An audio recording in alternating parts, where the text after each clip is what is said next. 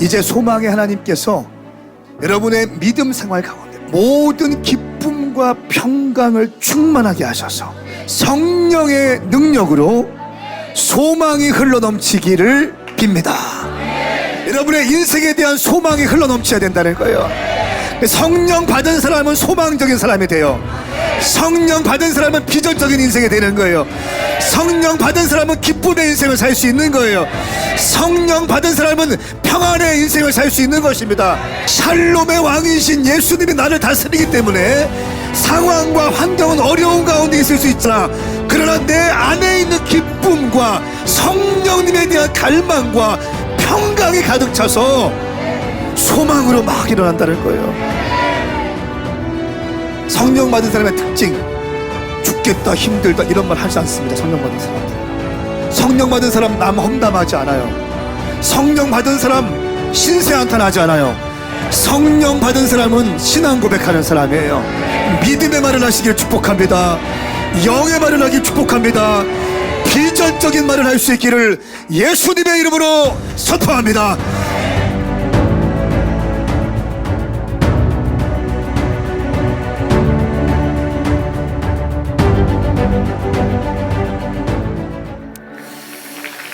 할렐루야, 할렐루야. 우리 주님을 찬양합니다. 아멘, 아멘, 아멘. 앞뒤하고 인사합시다. 당신은 반드시 회복되어 쓰임받게 될 것입니다. 시작. 믿습니까? 내가 해야 될 거를 불라디기 다 해줘가지고 애매한데 한 번 더 따라합시다. 오른손 들으세요. 나는 하나님의 통치를 믿습니다. 나는 하나님의 통치 안에 있습니다. 나는 하나님의 말씀을 사모합니다. 이 말씀이 나를 살립니다. 이 말씀이 나를 이끌어갑니다. 성령님, 내게 임하시옵소서. 아멘입니까? 아멘입니까? 예, 오늘 성령 강림절 특별 메시지 세 번째입니다. 거룩한 충격, 나를 찾아오시는 예수님. 거룩한 충격, 나를 찾아오시는 예수님이라는 제목으로 하나님 말씀 선포하겠습니다. 신약 성경의 절반 이상을 쓴 사람 바울입니다. 최고의 신학자, 최고의 설교가, 최고의 목회자이며 최고의 선교사 바울입니다. 이 바울은 길리기아 다소 지역에서 태어났어요. 지금 보면 튀르키예 동쪽 끝자락에 위치한 다소에서 태어났습니다. AD 10년에서 15년 그 사이에 태어났어요. 어릴 때부터 바울의 아버지는 바울을 랍비로 세우고 싶어 했습니다. 그래서 이 어릴 때부터 율법에 심취해 있었고요. 하나님의 말씀을 암기하는 사람이었어요. 그렇게 해서 랍비가 됐습니다. 최고 랍비 7명 안에 들어가는 바울이고요. 그 7명의 최고의 랍비 중에서도 랍반이라고 하는 랍비 중에 랍비라는 칭호를 받던 사람이 바로 바울입니다. 하나님에 대한 열심이 있던 사람이 바로 바울이었습니다. 예루살렘에 가서 가말리엘 문화에서 배웠어요. 가말리엘이라는 사람은 힐렐 학파를 만들어낸 힐렐이라는 사람, 아주 유명한 랍비의 손자인데 힐렐 학파를 창시한 힐렐 그리고 가말리엘 손자이지만 아주 유명하고 능력 있는 랍비, 학문적 소양을 갖춘 사람이었습니다. 그 밑에 가서 바울이 배웠어요. 우리가 알고 있는 것처럼 히브리인 중에 히브리인이고요. 베냐민 지파입니다. 율법으로 흠이 없는 사람입니다. 바울, 이런 바울, 이 바울이 240km 떨어진 다메섹에 가서 오늘도 예수 믿는 사람들을 핍박하고 대적하기 위하여 240km, 예루살렘에서 240km 떨어진 곳에 가서 교회를 핍박하려고 하는 그 순간에 한 번도 경험해 보지 못한 일을 경험해요. 그거 아세요? 240km면 대전에서 서울까지 간 거보다 40km를 더 가야 돼요. 굉장한 거리. 지금 KTX 있는 것도 아니고 뭐 자가용이 있는 것도 아니죠. 한 일주일 꼬박 가면 가는 거리라고 합니다. 이 거리를 가서 예수 믿는 사람들을 잡고 핍박하기 위해서 그 다메섹에 바울이 갔습니다. 그리고 바울이 인생을 바꾸는, 바울이 한 번도 경험하지 못했던 일이 바울 삶 가운데 펼쳐지기 시작해요. 저는 오늘 여러분과 함께 이 이야기를 하고 싶습니다. 당신은 오늘 이 말씀을 듣고 어제와 다른 믿음의 사람이 될 것입니다. 오늘 교회 올 때보다 교회 나갈 때 더 뜨거운 믿음으로 충만해 있을 거예요. 당신의 지쳐있고 힘든 일상이 회복되어지는 놀라운 역사가 일어나게 될 것입니다. 거룩한 충격에 빠지게 될 것이고요, 당신의 인생에 새로운 활력이 부어지는 시간이 될 줄 믿습니다. 우리 말씀을 한번 들어보겠습니다.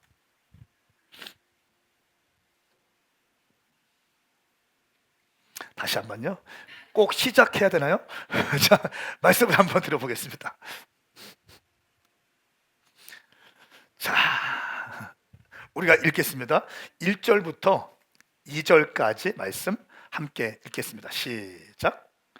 한편 사울은 여전히 주의 제자들을 위협하며 그들을 죽일 기세로 대제사장에 나아가 다메섹의 여러 회당들에 써보낼 공문을 요청했습니다. 거기서 그 도를 따르는 사람을 만나기만 하면 남자와 여자를 가리지 않고 잡아가다가 예루살렘으로 끌고 오기 위해서였습니다. 아멘. 다메섹에 가는 목적, 남자와 여자를 가리지 않고 잡아다가 예수 믿는 사람들을 예루살렘으로 끌고 가기 위해서 앞장서서 바울이 그렇게 갔습니다. 여러분, 인생에 중요한 원리가 있는데 속도보다 더 중요한 것은 방향입니다. 아무리 빠르게 간다고 할지라도 잘못된 길을 간다면 다시 돌아와야 돼요. 속도보다 정말 중요한 것은 방향성이고, 내가 맞는 방향성이 있다면 전력 질주하면 되는 거예요.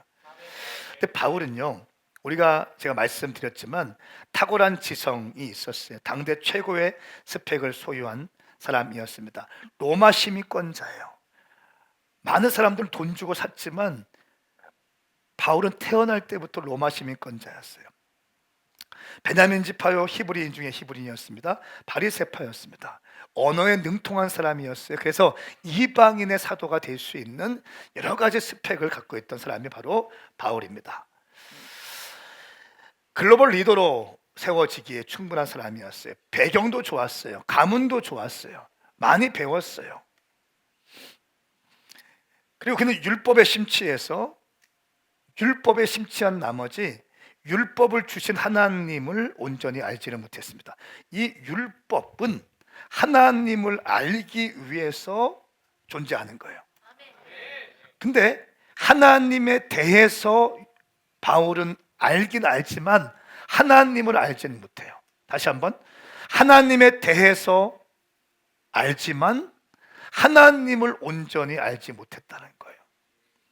여러분, 이 학문이 신학이 하나님을 알아가기 위해서 우리에게 존재하는 건데, 신학적 학문은 많이 있지만 하나님을 모르는 사람이 너무나 많아요. 신학 박사이지만 하나님의 마음을 모르는 사람이 많아요. 장로님들이지만, 목사님들이지만, 선교사님들이지만 하나님을 알지 못하는 사람이 있을 수 있다는 거예요. 하나님에 대해서 들었어요. 교리적으로 알아요. 너무 중요한 겁니다. 그런데 하나님을 알지 못해요. 하나님의 마음을 알지 못하고 하나님을 만난 적이 없기 때문에 하나님을 알지 못하는 거예요. 바울이 이런 사람이었습니다. 잘못된 방향성을 가지고 예수를 믿는 사람들을 비방하고 박해하던 사람이었어요. 사도행전 8장 1절과 2절, 3절 말씀에 보면 3절 말씀에 보면 이렇게 기록되어 있어요. 사울은 교회를 파괴하면서 집집마다 돌아다니며 남자와 여자를 가리지 않고 끌어내 그를 감옥에 보냈습니다. 교회를 파괴하면서, 이 파괴하다라고 하는 단어를 헬라어로 보니까 이런 의미예요. 멧돼지가 밭을 쑥대밭으로 만들어 놓는 거예요. 밭을 잘 가꿨는데 멧돼지 한두 마리가 들어가서 밭을 엉망으로 만들어 놓는 거 있잖아요. 농사를 망치는 거죠. 교회를 쑥대밭으로 만들어 놓았다는 거예요. 바울이라는 사람이 잘못된 열정으로, 바울 입장에서는 이것이 사명감이었어요. 왜냐하면 유대교에 심취했던 바울이고 율법에 심취했던 바울인데, 어느 날 보니까 예수라는 사람이, 자기보다 10년 15년 먼저 태어난 예수라는 사람이 병도 고치고 치유도 하고 복음을 전하고 회개하라 천국이 가까이 왔다고 하고 막 이렇게 하니까 이 바울 입장에서는 유대교를 지키고 싶었고 신흥 이단 세력인 기독교인들을 말살하는 것에 내 인생을 드리겠다고 마음을 먹었다는 거예요. 사명감이에요. 잘못된 방향을 갖고 있었습니다. 그런데 오늘 우리가 함께 읽을 이 말씀에 보면 거룩한 충격에 휩싸이게 돼요. 한 번도 바울이 경험해보지 못한, 율법에서 한 번도 경험해보지 못한 일을 자기의 삶에서 경험하게 됩니다. 우리 9장 3절부터 9절까지의 말씀 함께 읽어볼까요? 시작. 사울이 길을 떠나 다메섹 가까이 도착했을 때 갑자기 하늘에서 빛이 비춰 그를 둘러쌌습니다. 사울이 땅에 쓰러졌습니다. 그때 그는 사울아 사울아 네가 왜 나를 핍박하느냐는 음성을 들었습니다. 사울아 주여 누구십니까? 라고 묻자 나는 네가 핍박하는 예수다. 지금 일어나 시내로 들어가거라. 네가 해야 할 일을 일러줄 사람이 있을 것이다. 라고 대답하셨습니다. 사울과 함께 가던 사람들은 소리만 들리고 아무도 보이지 않아 아무 말도 못하고 멍하니 그곳에 서 있었습니다. 사울은 땅에서 일어나 눈을 떠보았으나 아무것도 볼 수 없었습니다. 그래서 그는 같이 가던 사람들의 손에 이끌려 다메섹으로 들어갔습니다. 사울은 3일 동안 앞을 보지도 못한 채 먹지도 마시지도 않았습니다. 아멘. 아멘. 3절 말씀에 보면 다메섹 거의 가까이 왔는데 갑자기 하늘에서 빛이 비춰서 사도 바울을 둘러쌉니다. 빛이. 언제요? 1:1 제자 양육을 했을 때요? 킹덤 바이블 칼리지를 수료한 다음에요? 아웃리치를 갔다 온 다음에? 아닙니다. 예수 믿는 사람들을 잡으러 가는 그 길목에서 갑자기 하나님의 초자연적인 일하심이 시작됩니다. 사도행전 2장 말씀에 보면 120문도가 마가의 다락방에서 기도하고 있을 때 갑자기 호련히 suddenly 성령님께서 각 사람 머리 위에 임하세요. 할렐루야. 오늘 바울에게 하나님이 임하시고 예수님이 말씀하실 때에도 갑자기 임하셨어요. 사랑하는 여러분, 저는 오늘 여러분 삶 가운데 이 갑작스러운 하나님의 방문이 있기를 예수님의 이름으로 축복합니다. 축복합니다. 갑자기 있는 거예요. 금식해야 일어나는 게 아니고 내가 깨끗해야 일어나는 게 아니고 하나님의 주권적인 하나님의 카이로스의 때에 임하시는 거예요. 이 경험을 하셔야 되는 거예요.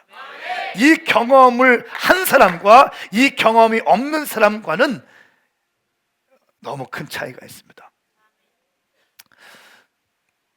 갑자기 하늘에서 빛이 비춰. 그 빛은 하늘에서 비춰오는 빛이었습니다. 다시 말하면 이 역사는 땅에서 일어나는 역사가 아니라 하늘에서 시작된 역사이고 혼의 역사가 아니라 영의 역사의 시작이라는 거예요. 동의하십니까? 여러분, 이 땅에 눈에 보이는 모든 것이 있죠. 이 모든 것이 실제로 존재합니다. 그런데 눈에 보이지 않는 수많은 영적인 움직임들이 있다는 것을 여러분 이해하시기를 축복합니다. 지금도 여러분 이 눈에 보이는 예배 설교자가 있고 회중이 있고 악기가 있고 예배 공간이 있지만, 눈에 보이는 것들이 있지만 눈에 보이지 않는 어둠의 영들이 여러분의 마음을 잡아가고 하나님의 말씀에 집중하지 못하게 하고, 그러나 성령님은 말할 수 없는 단식함으로 여러분들을 응원하고 여러분들을 충보하고 있다는 사실을 기억하시기를 축복합니다. 눈에 보이는 것이 전부가 아니라 눈에 보이지 않는 것이 있다는 거예요. 땅의 역사가 전부가 아니라 땅 위에 하늘에서의 역사, 영의 역사가 있다는 것을 인정하기를 축복합니다. 바울은 갑자기 하늘의 역사를 경험하기 시작합니다. 그것은 빛에 대한 역사였습니다. 비추어지는 역사였어요. 바울은 예수님을 알고 있었을까요? 예, 알고 있었을 거예요. 분명히 알고 있었을 거예요. 바울이 예루살렘에서 율법을 배우고 있었고 랍비였기 때문에 예루살렘과 갈릴리 중심으로 활동했던 예수님의 소식도 들었을 것이고, 어쩌면 길을 지나가다가 성경에는 안 나오지만 만날 수도 있었다는 것을 우리는 충분히 상상력을 동원해서 볼 수 있죠. 알았을 거예요. 자, 그런데 더 놀라운 사실은 갑자기 하늘에서 빛이 비춰 그를 둘러쌌습니다. 4절 말씀에 보면 사울이 땅에 쓰러졌습니다. 여러분, 진짜 예배가 뭐예요? 땅바닥에 처박히는 거예요. 오늘 사울이 하늘로부터 빛이 와서 땅에 쓰러졌다고 나와 있는데, 땅에 꼬꾸러지는 것이 예배인 거예요. 우리 자아가 깨지는 시간입니다.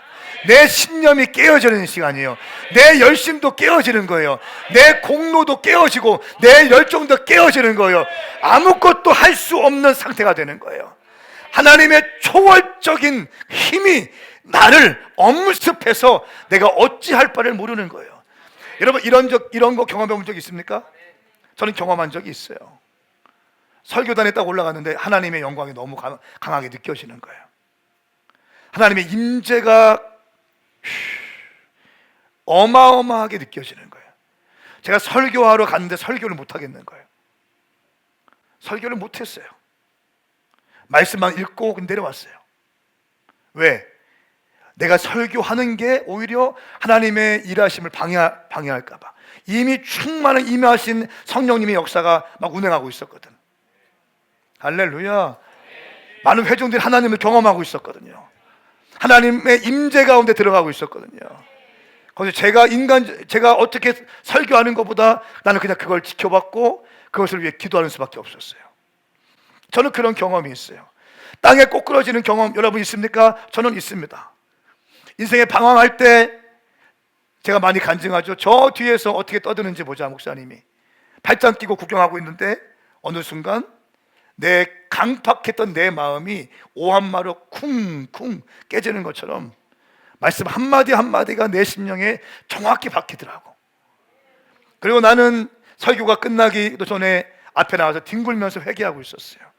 땅에 꼬꾸러지는 경험이에요. 내 생각과 내 철학과 내 경험과 내 의지적으로 할 수 없는 초월적인 하나님의 일하심이 나를 엄습한 적이 있다는 거예요.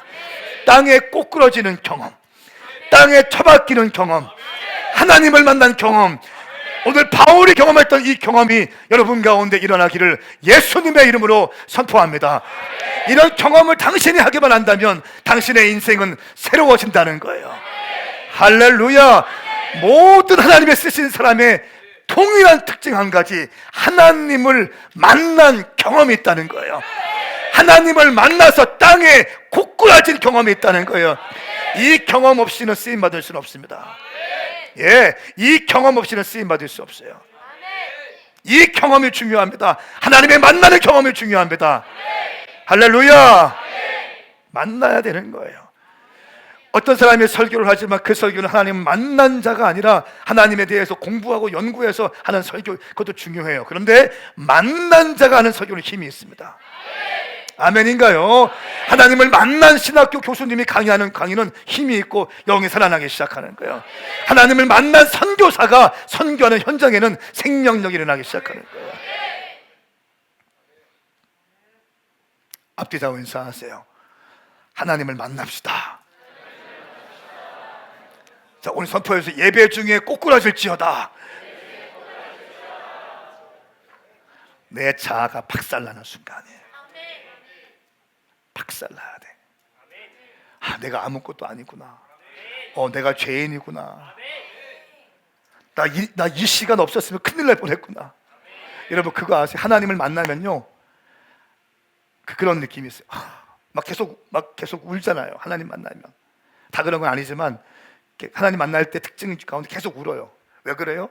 이 시간이 너무 감사한 거예요. 이 시간이 없었으면 나 어떻게 할 뻔했었지? 근데 주님이 나에게 이 시간을 허락해 주셨어.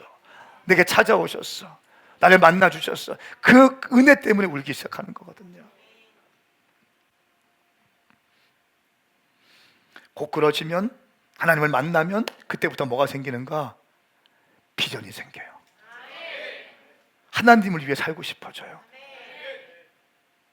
하나님을 만나 인카운터하면 비전이 생겨져요. 비전이 생기면 열정이 생겨요. 이 비전을 위해 달려가고 싶은 열정. 배가 고파도 괜찮아. 돈이 없어도 괜찮아. 사람들이 나를 인정해 주지 않아도 괜찮아. 그건 별로 중요한 게 아니야. 내가 가는 길 주님 아시니까. 할렐루야. 비전. 이 비전 가운데 주님께서 열정을 부어주시는 거예요. 달려가도 지치지 않아요. 여러분 바울 보세요. 그렇게 완벽했던, 퍼펙트했던 그 바울의 스펙이 있었는데 나중에 어떻게 됩니까? 그거를 다 배설물 같이 여겨요. 배설물로 여기는 거예요. 배설물로. 왜? 그 주님 만난 것 자체가 너무너무 값지기 때문에. 돌 맞아도, 바울이 어디서 돌 맞을 사람입니까? 어디 가면 높은 자리에 앉을 사람이에요. 그런데 바울이 복음 증거하다 돌 맞고 다녀요. 그 다음날 일어나서 다른 데 가서 또 복음 증거해요. 예수님을 위해서 다 배설물로 버릴 수 있는 이 열정이 부어지기 시작하는 거예요.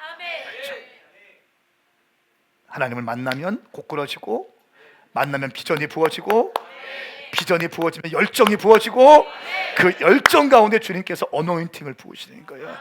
기름이 부어지는 거예요. 그 어노인팅은 사역의 현장에서 부어지는 거예요. 골방에서 부어지는 게 아니에요. 공부하면서 부어지는 게 아니에요. 하나님의 사역을 감당하면서 때로는 억울하기도 하고 힘들기도 하고 번아웃 되기도 하고, 그러면서도 주의 말씀을 붙잡고 겨우겨우 한 발자국 믿음으로 걸어가기 시작했을 때, 그때 어느 순간 주님께서 어노인팅 하시는 거예요. 기름을 부어주시는 거예요. 할렐루야. 그러면 능력 있는 사역을 할 수 있는 거예요. 입술로 선포하면 현실이 되기 시작해요. 사람을 터치하면 사람이 회복되기 시작해요. 말씀 가운데 능력이 일어나기 시작하는 거예요. 예배 가운데 새로운 차원의 예배가 부어지기 시작하는 거예요. 할렐루야. 이 영적인 과정, 순서가 바뀔 수는 있습니다만 가장 먼저 하나님이 쓰시는 사람, 모든 사람의 특징, 하나님을 만난 경험이 있다는 거예요.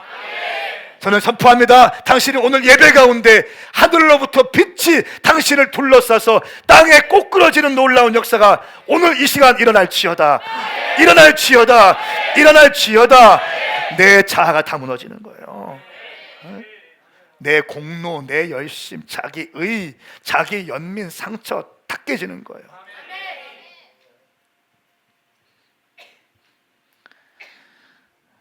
그리고 이 고꾸라져 있는 사울에게 하늘로부터 소리가 들립니다. 4절과 5절. 사울아 사울아, 네가 왜 나를 핍박하느냐? 사울이 주여 누구십니까? 나는 네가 핍박하는 예수다. 사울아 사울아. 이 말씀 묵상하는데 참 우리 주님 너무 좋으신 분이에요. 여러분 이 사울을 불렀을 때 어떻게 불러줬을까? 싸납게 무섭게 네가 우리 교회 교인들을 막 붙잡아가고 이 쌍놈의 새끼, 이 사울이 쌍놈의 새끼 막 진노마 막 이런 걸로 이렇게 싸우라 했을까요? 나는 그렇게 생각하잖아요. 굉장히 부드럽고 달콤하고 스윗하게. 스윗하게. 흉내는 못 내겠지만 스윗하게 부르셨을 거예요. 사울아, 사울아, 예찬아, 예찬아, 어찌하여 네가 나를 핍박하느냐. 저는 하나님이 저의 이름을 알고 계신다고 100% 믿습니다. 황성은 저의 이름을 하나님은 정확히 알고 계세요. 영문 이름도 다 알고 계시고요, 한자도 다 알고 계세요. 하나님 성인 성자에 은혜 은자 쓰거든요. 성인 성자에 은혜 은자 쓰는 황성은, 바이블 네임 데이빗 황성은 다 알고 계세요. 80억 인구인데 여러분의 이름을 다 알고 계십니다. 이 사실이 너무 놀랍지 않으세요? 근데 왜 네가 나를 핍박하느냐? 누구십니까? 네가 핍박하는 예수다. 질문: 바울이 예수님을 핍박한 적이 있습니까? 가져와 보세요. 성경책에 없어요. 예수님을 핍박한 적은 없어요. 성경에 안 나와요. 그런데 교회를 핍박했고 예수 믿는 성도들을 핍박했어요. 대적했어요. 예수님은 예수님 본인과 교회와 예수를 믿는 성도들을 동일선상에 놓고 보시는 거예요. 깜짝 놀랐어. 교회가 그렇게 소중한 거예요. 바울은 우리가 아까 읽었던 것처럼 사울은 교회를 파괴했다고 했죠. 파괴하면서 집집마다 돌아다니며 남자와 여자를 가리지 않고 끌어내 그들을 감옥에 보냈습니다. 이때 교회는 어떤 교회일까요? 가정교회예요. 언더그라운드 처치예요. 한 10명, 12명이 모인, 우리 같은 보면 DNA 처치 같은 느낌? 집집마다 다니면서 예배하고 있으면 끄집어내서 붙잡아서 예루살렘 감옥에 집어넣는 거예요. 로마 원형 경기장 그런데 집어넣고 사자의 밥이 되게 하고 이런 거 했다는 거예요. 그런데 예수님은 바울이 핍박하고 있는 교회와 성도들을 예수님을 핍박하는 것과 동일하게 간주하신다는 거예요. 여기서 굉장히 중요한 영적인 원리, 여러분, 어떤 경우에도 교회를 핍박하거나 대적하는 사람이 되지 않기를 축복합니다. 아멘인가요? 때로는 교회가 내가 원하는 대로 가지 않을 수도 있고 이해가 안 될 때도 분명히 있을 거예요. 그리고 미디어에서 들려지는 많은 교회들의 실수들이 있을 거예요. 그리고 질문: 교회는 완벽합니까? 완벽하지 않아요. 교회의 주는 누구예요? 예수님이세요. 근데 왜 완벽하지 않아요? 교회를 구성하고 있는 저와 여러분들이 완벽하지 않은 사람들이기 때문에 완벽하지 않아요. 그럼에도 불구하고 예수님의 꿈은 교회였어요. 12제자를 통해서 예수님은 교회를 개척하는 것이었고, 그 개척된 교회를 통해서 복음이 천 열방에 선포되어지는 것이 예수님의 비전이었다는 거예요. 그러니까 교회는 하나님의 꿈이기 때문에 때로는 깨어지기도 하고 때로는 볼품없는 모습이기도 하고 때로는 연약한 모습이기도 하지만 그 교회는 예수님의 꿈이기 때문에 그런 거예요. 여러분, 다시 한번 선포합니다. 이 방에 있는 모든 분들은 어떤 경우에도 교회를 핍박하고 대적하지 않기를 축복합니다. 그리고 예수 믿는 사람들, 성도님들, 특별히 예수님을 열심히 믿으며 가정교회하며 또 복음을 증거하며 생명을 다하면서 복음을 증거하고 복음으로 삶을 살아내는 그 그리스도인들을 핍박하지 않기를 축복합니다. 그래서 예수님이라는 거예요. 사울에게 주님 말씀하십니다. 나는 네가 핍박하는 예수다. 너는 지금 일어나 시내로 들어가거라. 내가 해야 할 일들을 알려줄 사람이 있을 것이다. 이렇게 말씀합니다. 사울과 함께 있던 사람들은 소리만 들리고 아무것도 보지 못했어요. 사울은 아무 말도 못하고 보지도 못하고 멍하니 있게 됩니다. 거룩한 충격에 휩싸였어요. 심지어 3일 동안 먹지도 못하고 마시지도 못하고 보지도 못해요. 거룩한 충격에 빠졌어요. 아무것도 할 수 있는 것이 없었습니다. 그때 주님께서는 하나님의 사람을 준비하시기 위하여 새로운 스테이지에서 아나니아라는 사람에게 하나님의 사람 사울을 준비하기 위해서 이 아나니아를 준비시킵니다. 아나니아에게 이렇게 말씀하세요. 직가라는 거리에 가면 유다라는 사람의 집에 있는데 거기에 사울이 있을 거야. 너 거기 가서 사울을 위해서 기도해줘. 아나니아가 얘기합니다. 하나님, 바울이라는 사람, 사울이라는 사람 제가 들었는데요, 예수 믿는 사람들을 잡아 죽이고 그렇게 핍박하고 대적하는 사람인데 왜 기도해야 됩니까? 또 주님 말합니다. 이 사람은 내가 이방인의 사도로 이방인들을 위하여 내가 선택한 나의 도구고 나의 그릇이야. 그리고 아나니아가 준비를 하죠. 그리고 바울이 있는 곳에 가서 바울에게 안수를 합니다. 말씀을 좀 읽어볼까요? 17절부터 19절까지의 말씀입니다. 시작. 그리하여 아나니아는 그 집을 찾아 들어가 사울에게 손을 얹으며 말했습니다. 사울 형제여, 오는 길에 당신에게 나타나셨던 주 예수께서 나를 보내 당신이 다시 볼 수 있게 하시고 성령을 충만히 받도록 하셨습니다. 그러자 즉시 사울의 눈에서 비늘 같은 것이 떨어져 나가더니 그가 다시 볼 수 있게 됐습니다. 그리고 그는 일어나 세례를 받은 후 음식을 먹고 기운을 되찾았습니다. 사울은 다메섹에 있는 제자들과 며칠을 함께 지냈습니다. 아멘. 자, 그 유능했던, 그 똑똑했던, 그 어마어마한 지식과 어마어마한 배경 가운데 있었던 랍비 중에 7인의 랍비 중에 랍반이라고 하는 최고의 랍비에 위치했던 이 사울이 아무것도 할 수 없게 되었어요. 3일 동안 눈도 어둡고 먹지도 마시지도 못하게 되었어요. 하늘로부터 빛이 와서 그를 둘러싸기 시작했습니다. 이때 바울은 무슨 생각을 했을까요? 예수? 내가 핍박했던 예수? 그 예수가 진짜 하나님이셔? 그 예수가 진짜 메시아셔? 혼돈과 거룩한 충격 가운데 사로잡히게 되었을 거예요. 아직 사울은 바울로 완성되지 않았어요.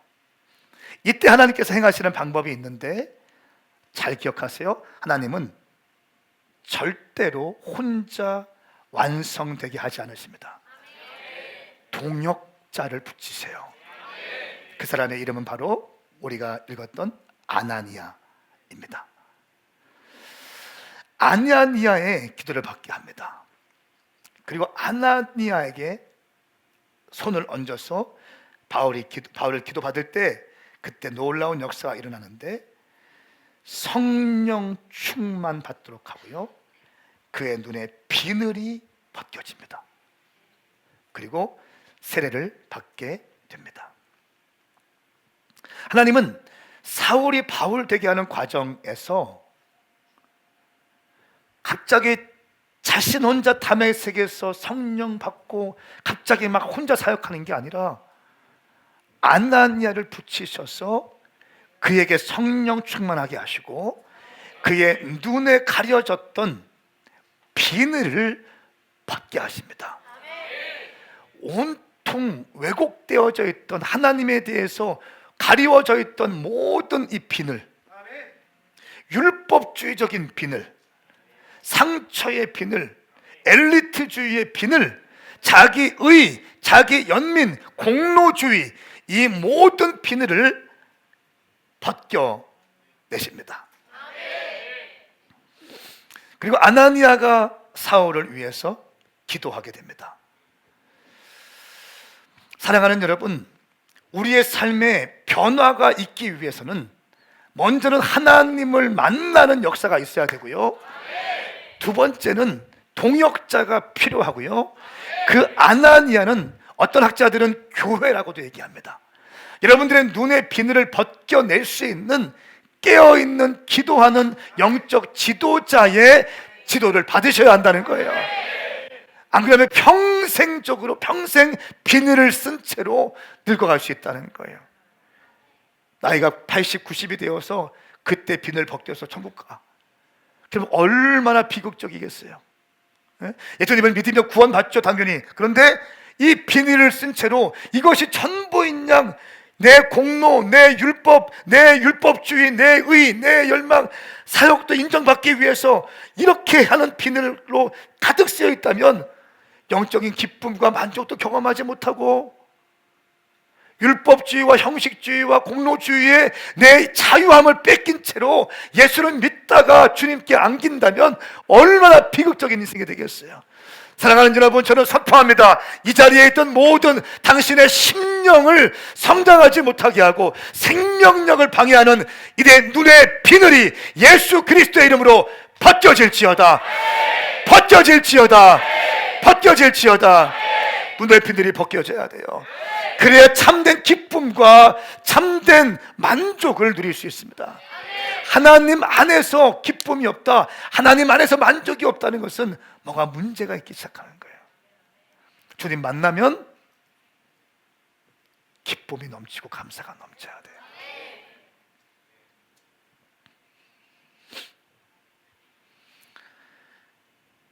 왜곡되어 있는 하나님에 대한 왜곡된 불신앙들, 율법주의, 이 모든 것들 다 깨어져야 됩니다. 열왕기하 6장 17절 말씀 함께 읽겠습니다. 시작. 기도했습니다. 여호와여, 그의 눈을 열어 보게 하소서. 그러자 여호와께서 그 청년의 눈을 여셨습니다. 그가 보니 불말과 불마차가 산에 가득했는데 그 불말과 불마차들이 엘리사를 둘러싸고 있는 것이었습니다. 아멘. 여러분, 눈을 열어서 볼 수 있기를 축복합니다. 눈을 열어서 영적 세계를 볼 수 있기를 바랍니다. 눈이 열려야 보이는 거예요. 가리고 있으면 안 보이는 거예요. 눈에 보이는 것이 전부가 아니라 보이지 않는 수많은 영적인 것이 있다는 것을 인정하시고, 아멘입니까? 그 비닐을 벗어낼 수 있기를 예수님의 이름으로 축복합니다. 그리고 바울은 음식을 먹고 기운을 되찾았습니다. 사울은 다메섹에 있는 제자들과 며칠을 함께 지냈습니다. 20절 말씀에 보면 그는 곧바로 여러 회당에서 예수가 하나님의 아들이심을 선포하기 시작해요. 성령 받고 비늘 벗기주고 세례 받고 바로 사역해요. 오늘날로 말하면 방황하다가, 예수 믿는 사람들 핍박하다가 교회 못 가게 하다가 갑자기 길 가다가 성령 받고 교회 와서 멘토링 받고 세례 받고 바로 선교지로 가는 거예요. 이 모든 게 이틀 만에 이루어져. 할렐루야. 이틀 만에 이루어져. 대단한 거예요. 뭐 KBS도 안 해요. 그냥 바로 갑니다.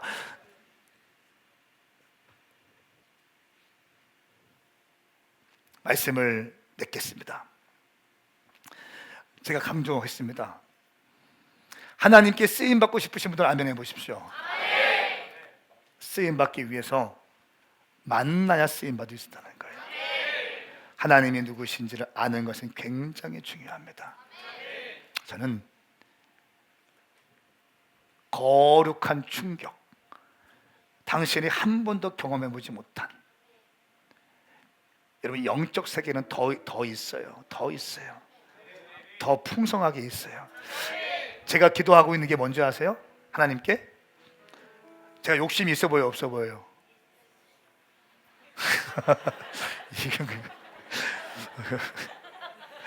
거룩한 욕심이 있어요. 그래서 거룩한 욕심이 있어요. 아멘.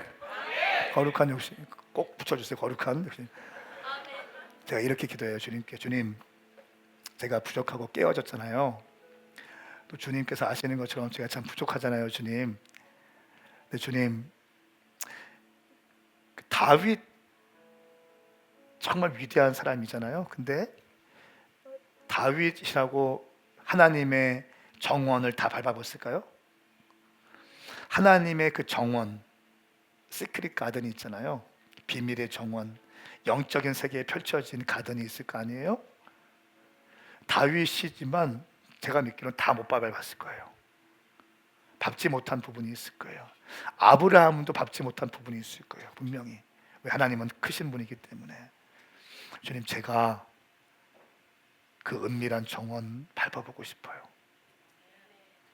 하나님의 놀라운 그 비밀의 정원 제가 들어가고 싶어요. 여러분, 하나님을 만나는 것이 축복이에요. 내가 스펙이 없다고, 돈이 없다고, 학벌이 변변치 못하다고, 우리 집안이 변변치 못하다고 낙심하고 절망하지 마세요. 그 중요한 거예요. 그런데 하나님을 만나는 것보다는 덜 중요해요. 여러분들이 스펙이 없고 재정이 없고 돈이 없다 할지라도 하나님을 만나기만 하면 쓰임 받을 수 있는 거예요. 근데 다 갖추고 있어도 하나님을 만나지 못하면 그 다음 단계로 나갈 수가 없어요. 오늘 바울 보세요. 거룩한 충격에 빠져서 새로운 삶이 시작되어집니다. 한 번도 상상할 수 없었던, 자기가 꿈꾸지 못했던 일들이, 초월적인 일들이 펼쳐지기 시작하는 거예요. 저는 오늘 우리가 기도할 때, 하나님, 나를 사로잡아 주시옵소서.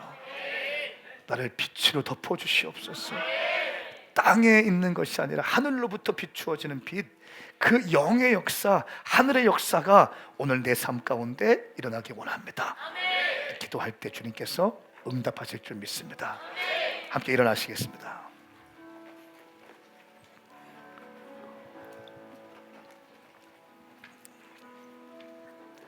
우리 이제 찬양하시면서 주님께 나가길 원합니다. 근데 우리가 중요한 건 뭐냐면, 너무 익숙하게 예배하는 거가 사실은 좀 경계해야 돼요. 아멘. 좀 경계해야 돼요.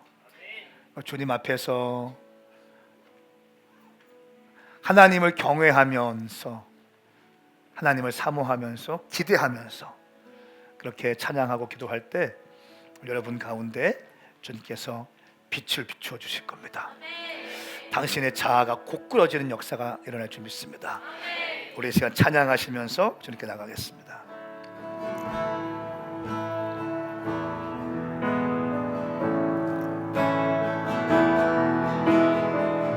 우리들을 위하여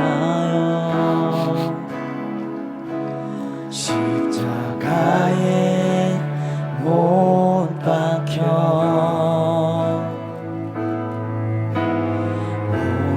죄를 용서하사 의인 삼아 주신 주,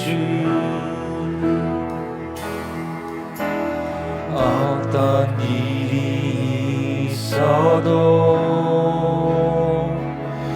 나를 버리지 않고 주님까지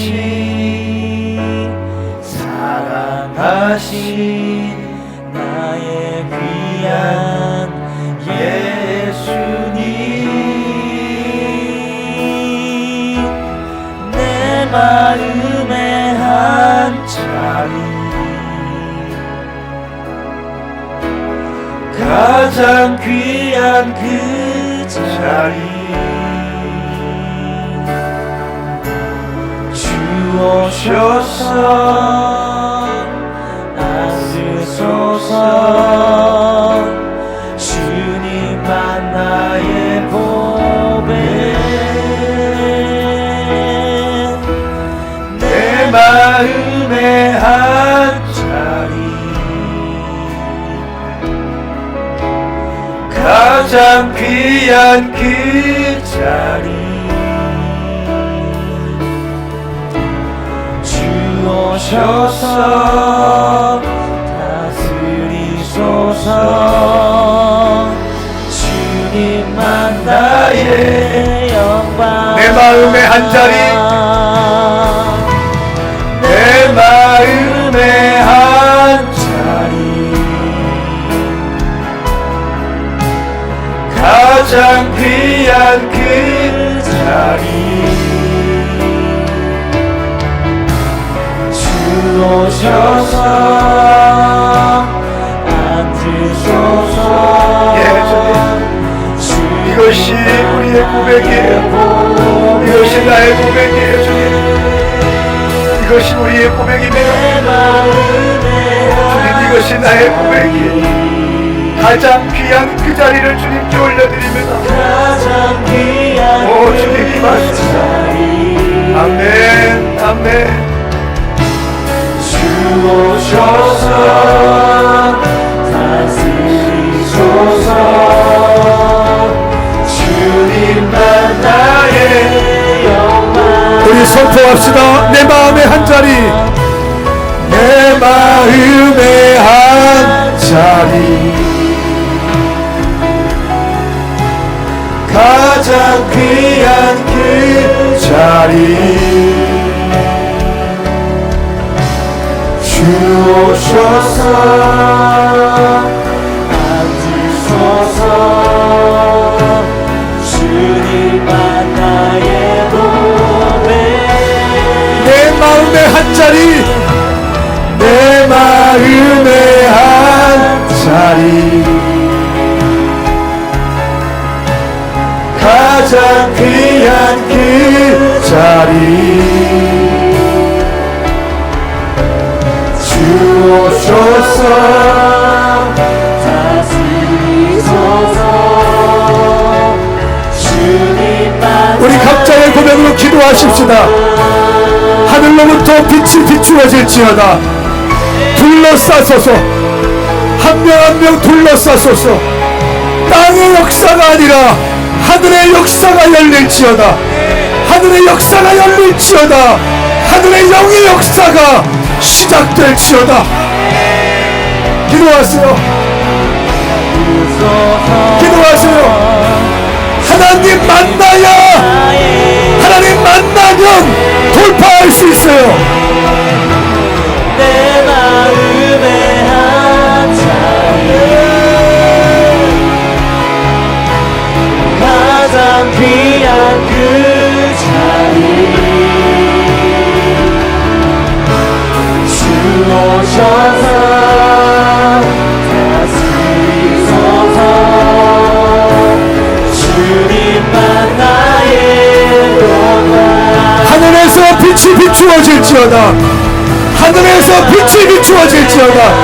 모든 상처와 아픔과 모든 고난과 자기 의와 연민과 공로주의와 율법적 열심이 깨어질지어다. 하늘로부터 부어지는 빛, 하늘의 빛으로 둘러싸시옵소서. 주님만 나의 고백. 내 마음의 한 자리 내 눈에 비늘을 벗겨주세요. 내 눈에 비늘이 벗겨질지어다. 비늘이 벗겨질지어다. 하나님을 보지 못하게 하는, 하나님은 사랑이시라. 하나님은 사랑이시라. 모든 비늘이 벗겨질지어다. 내 마음의 한 자리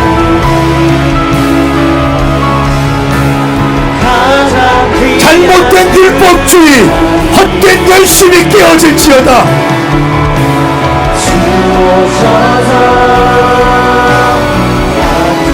자기 의가, 자기 열심과 자기 연민이 예수의 이름으로 파쇄될지어다.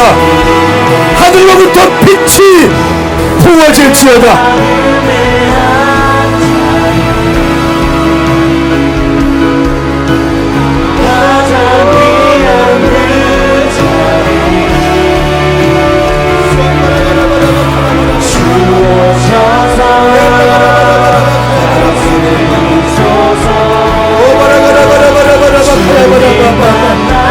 왜곡의 비늘, 상처의 비늘, 불신앙의 비늘이 벗겨 벗겨질지어다. 지금 벗겨질지어다. 자유케 될지어다. 프리덤, 프리덤, 프리덤. 자유가 시작될지어다. 할렐루야, 할렐루야.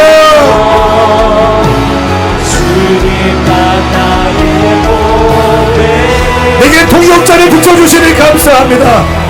내 열심에서 하나님 나라의 열심으로, 부르심으로, 성령 충만함으로 가장 귀한 그 자리 주오셔서 다스리소서. 주님만 나의 우리 선포합시다. 내 마음의 한 자리, 내 마음의 한 자리. 예, 주님, 그래요.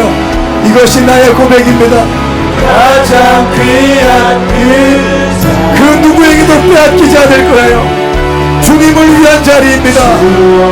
오직 주님만 오실 수 있어요. 오직 주님만 만질 수 있어요. 그 누구에게도 내어주지 않을 거예요. 오직 주님만, 주님 한 분만, 오직 주님만, 주님 한 분만, 주님만이 오실 수 있는 거예요. 주님께만 오실 수 있는 거예요. 내가 주님께만 내어드릴 거예요.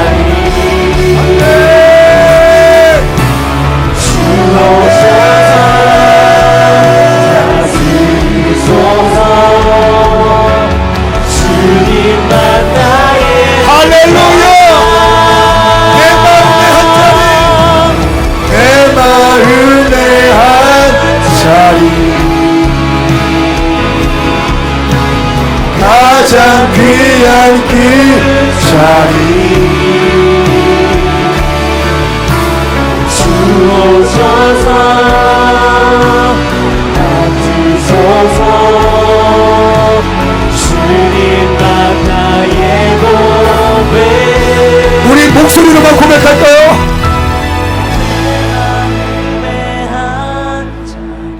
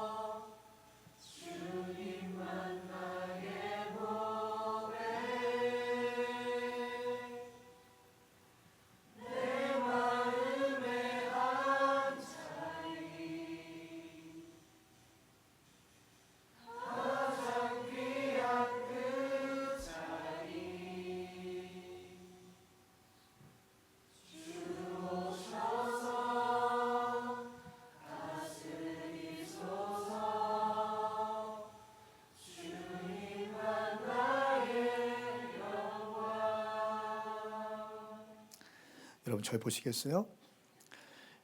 이 사도행전 9장에서 바울이 하나님을 만났던 이 경험, 거룩한 충격, 예수를 만났던 이 경험이 바울의 인생 전체를 끌고 갑니다. 9장에서 있었던 이 체험이요, 사도행전 22장에 그대로 등장해요. 예루살렘에서 바울이 설교할 때 자기의 간증을 설교해요. 내가 예수님을 핍박했던 자이고 회방했던 자였고 나는 폭력하는 자였습니다. 근데 예수님이 내게 찾아오셔서 하늘로부터 빛이 와서 나를 사로잡아 주셔서 주의 복음을 증거하게 하셨습니다. 이 바울이 만난 예수님, 사도행전 26장에 가니까 로마에서 아그리파 왕 앞에서 또 복음을 진 거예요. 순교당하기 전에 바울은 예수님을 만났던 경험을 끄집어내요. 내 열심과 내 율법주의와 내 공로로 살아왔던 내 인생에 하늘로부터 빛이 오셔서 내 인생을 거룩한 충격 가운데 빠지게 하고 3일 동안 보지 못하고 먹지 못하고 잠자지도 못하고 예수님께서 내 인생을 바꿔주셨던 그 체험적인 간증을 아그리파 왕 앞에서 떨지 않고 기죽지 않고 담대하게 선포해요. 그리고 순교. 사랑하는 여러분, 실력이 없어도 괜찮아요. 날 좀 보세요. 좋은 대학 못 갔어도 괜찮아요. 당신의 집안에 돈이 없어도 괜찮고 당신의 부모님이 이혼했어도 괜찮아요. 어떻게 내가 할 수 있는 게 없는데, 내가 할 수 있는 게 없는데 어떻게, 내가 할 수 있는 게 없는 게 어떡하냐고. 못났으면 어때? 돈 좀 없으면 어때요? 실력도 없으면, 은사 좀 없으면 어때? 중요한 게 뭔지 아세요? 물론 이 모든 건 다 중요한 거지만 가장 중요한 거는 예수님을 만나는 거예요. 예수님 만나면 모든 것을 커버할 수 있어. 모든 것을 커버할 수 있어. 예수님을 만나시기를 축복합니다. 내 열심과 내 공로가 아니에요. 하나님의 은혜가 부어져야 되는 거예요. 그 은혜가 바울을 이끌어가요. 내 열심은 한계가 있어요. 하나님을 만난 경험이 내 인생을 지배하는 거예요. 힘들 때도 있죠. 억울할 때도 있죠.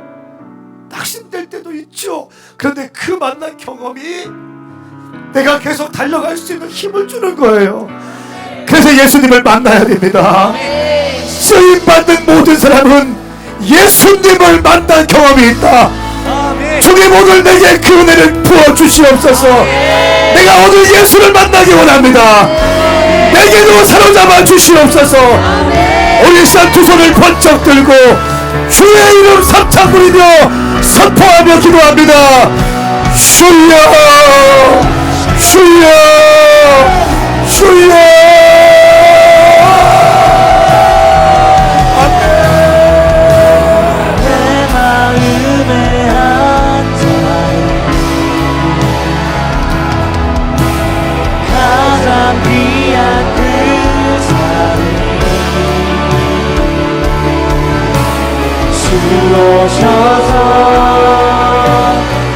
빛으로 비춰 주시옵소서. 빛으로 비춰 주시옵소서. 거룩한 충격 예수님을 만나게 하여 주시옵소서. 모든 것이 무장해질 수 있는, 모든 것이 깨어질 수 있는 우리 예수님을 만나게 하여 주시옵소서.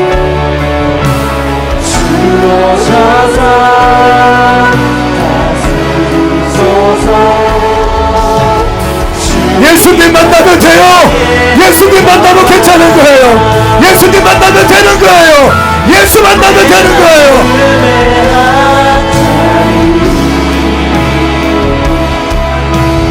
가장 귀한 그 자리 주옵소서.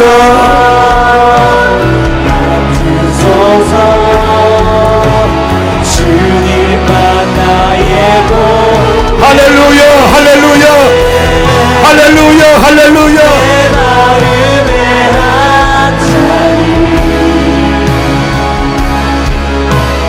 가장 귀한 그 자리 주오셔서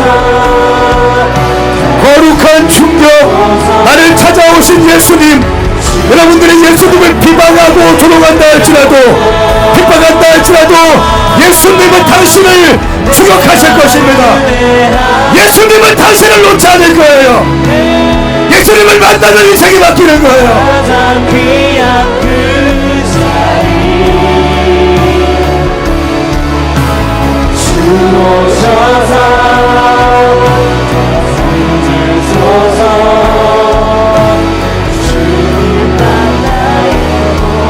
우리 한 번 더 기도할 때 오늘 밤부터 시작되어지는 부흥성의 가운데 주님 나를 사로잡아 주시옵소서. 여러분, 제가 수차례 말씀을, 절 보세요. 제가 수차례 말씀을 드렸어요. 제가 방황하다가 이런 부흥회를 통해서 내 인생이 변화되었다고 말씀을 드렸어요. 아무런 소망도 없고 꿈도 없던 내 인생이었는데 나는 그날 그 시점, 그 상황을 지금도 잊을 수 없어요. 내가 힘들 때마다, 낙심이 될 때마다 나는 주님을 만난 그 사건을 늘 기억해요. 할렐루야, 할렐루야. 그런 경험들이 당신이 반드시 있어야 되는 거예요. 그 경험을 하기 위해서 이번 부흥성회가 준비되어져 있어요. 오늘 밤부터 시작되어지는 부흥성회 가운데 주님 일하여 주시옵소서. 역사하여 주시옵소서. 사모하는 자들 가운데 주님이 일하실 거예요. 여러분, 반복적인 내 일상, 반복적인 내 일상, 그 일상에서 탈피해서 하나님을 만나기로 작정하는 시간을 갖기를 축복합니다. 이번 부흥회 때 주님 나를 만나 주시옵소서. 내 모든 것들을 스케줄을 조정해서 부흥성에 은혜 받을 수 있는 내 마음의 준비를 하기를 축복합니다. 하나님을 만나면 그때부터 바뀌어지기 시작하는 거예요. 예수님을 만나면 바뀌어지기 시작하는 거예요. 아멘입니까? 여러분, 여러분이 좋은 대학 가보십시오. 좋죠. 돈 많이 벌어보면 좋죠. 그런데 그것에 영혼의 만족은 없다는 거예요. 예수님을 만나면 새로운 기쁨과 활력이 부어지기 시작합니다. 이 하늘로부터 부어지는 기쁨과 평안은 예수님을 만날 때에만 시작되는 거예요. 아멘입니까? 이번 부흥성회는 그런 성회인 거야. 예수님을 만나야 돼. 니들도 예수님 만나야 된다. 알았어? 예수님 만나야 돼. 아무것도 아니야. 예수님 만나면 네 삶이 바뀔 수 있어. 아멘에. 예수님을 만나면 니들 인생 바뀔 수 있어. 소망이 생기고 비전이 생겨. 예수님 만나야 된다. 아멘입니까? 우리 한 번 더 기도할 때 주님, 이번 부흥성회 가운데 오늘 밤부터 수요일까지 진행되는 부흥성회 가운데 성령님 나를 사로잡아 주시옵소서. 거룩한 충격에 나를 사로잡아 주시옵소서. 내 눈에 비늘이 벗겨지는 시간 되게 하여 주시옵소서. 기쁨이 회복되어지게 하여 주시옵소서. 비전이 이끄는 삶이 되게 하여 주시옵소서. 성령이 이끄는 삶이 되게 하여 주시옵소서. 우리 두 손을 번쩍 들고 주의 이름 삼창 부르며 기도합니다. 주여, 주여, 주여. 오 주님 역사하소서. 오 주님 역사하소서. 예. 하늘 문이 열렸네. 왕의 왕께 나가. 할렐루야. 할렐루야. 사모하세요. 사모하세요. 아멘. 은혜의 때를 놓치지 마세요. 은혜의 때를 놓치지 마세요. 홀적인 것을 제거하세요. 홀적인 것 제거하세요. 영으로 반응하세요. 사모하는 자에게 은혜 받을 만한 때, 내 심령의 부흥일 때 거대한 축복의 파도를 타는 때 주님, 우리 모든 성도들이 축복의 파도를 타게 하여 주소서. 하늘 문이 열려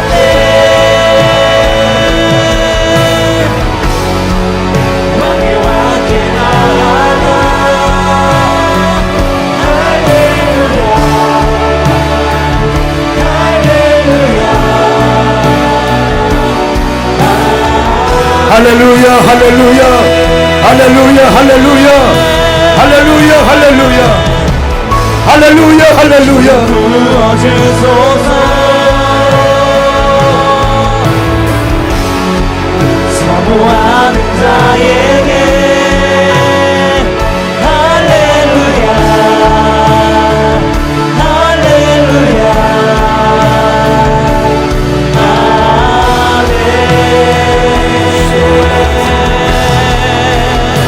기름 부어주세요. 기름 부어주소서.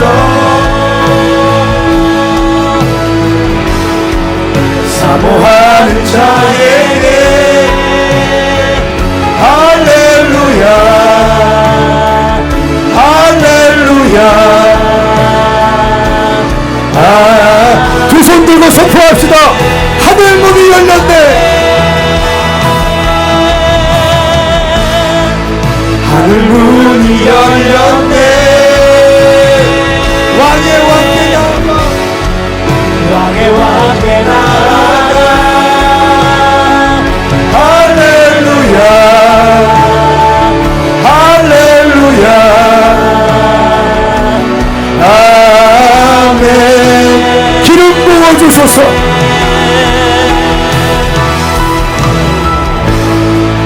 기름 부어주소서.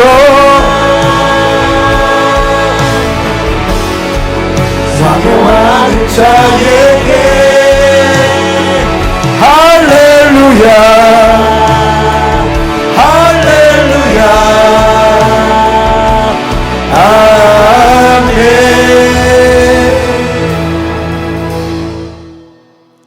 여러분의 가슴에 손을 얹어 보세요. 사랑하는 여러분, 청년의 때에 예수님을 만나야 인생을 허비하지 않을 수 있어요. 종교적으로는 예수님을 만날 수 없어요. 예수님에 대해서 배울 수 있지만 예수님을 만나는 것은 다른 문제예요.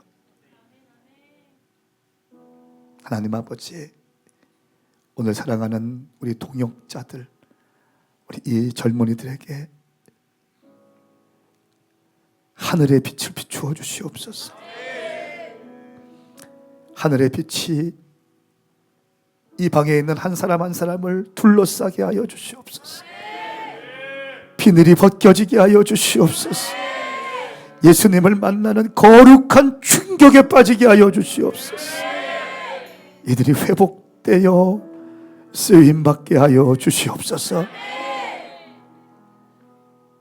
잘못된 열심으로 시간을 허비하는 것이 아니라 바른 방향성으로 나아가게 하여 주시옵소서.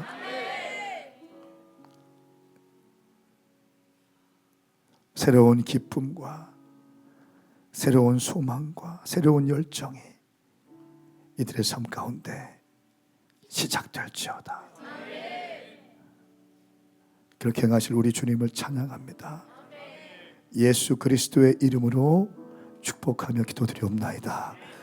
아멘. 아멘.